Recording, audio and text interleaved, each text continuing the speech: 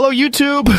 Joe Rogan here, and today we'll be ranking all of the Star Wars movies. Now, I personally don't count the Disney movies as canon, but I'm going to include them anyways. For all of you Rey and Finn loving wankers out there. All right, here we go. Episode 1, S tier.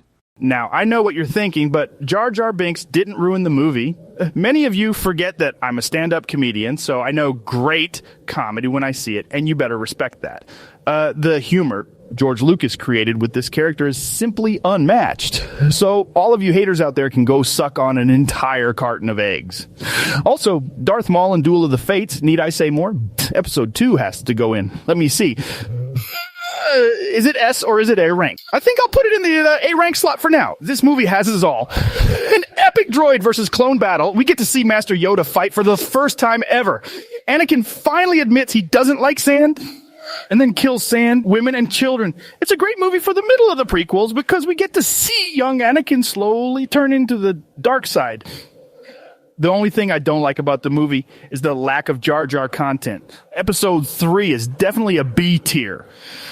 It's middle of the road for this guy. The movie is great, but we already saw Anakin killing children. I think George got carried away with the wow factor of seeing Anakin do terrible things. Jar Jar is hardly in the movie. The way Vader screams "nooo" at the end is so cringe. And to top it all off, they made one of the greatest characters of all time die like a bitch.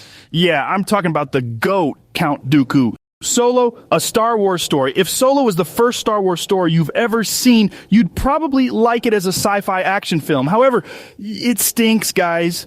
The lighting is strangely dark for some reason. The movie is entertaining, but if you're a fan of Star Wars lore, you will be disappointed. D tier. Get it?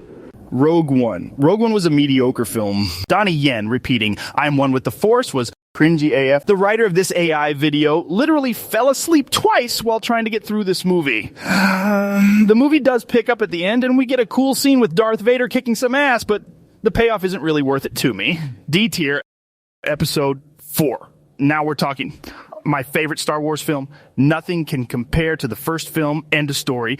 It's the first one, and it's number 1. Episode 5. This one here seems to be the fan favorite, and I'll admit it's a good movie. It just doesn't hold a candle to the awesomeness of episodes 1 and 4. I'm putting it in A tier. The movie ends in a giant cliffhanger. That's all I have to say. Episode 6, the end of Star Wars. The movie was all right, but the speeder bike scene makes me actually sick to my stomach. I have to skip it every single time, otherwise a projectile vomit harder than I did last night from your mom's cooking, and for that reason, it's going to D tier. Oops, I did it again. Episode 7. This movie is trash. It's a crap copy of Episode 4. They sneak around and destroy yet another Death Star, and Han Solo dies. Whose idea was this? Oh, that's right. Jar Jar Abrams. Disney literally hired the guy that ruined Star Trek to ruin Star Wars. Thanks, Disney. Episode 8. The entire movie is most of the cast aboard a ship running from a fleet of ships. It's like watching paint dry. They also ruined Luke's character and then proceed to kill him off. Episode 9. Oh boy, oh boy. I didn't think they could make a Star Wars movie worse than Episode 8, but they did. This movie makes you feel like the rest of the series was a waste of time. The Emperor coming back to life makes Episode 6 seem like a worse movie than it already was. It destroys the ending George Lucas had in mind. Nobody wanted this crap. Well, I think Jar Jar Abrams' show Lost had a better ending than this pile of crap.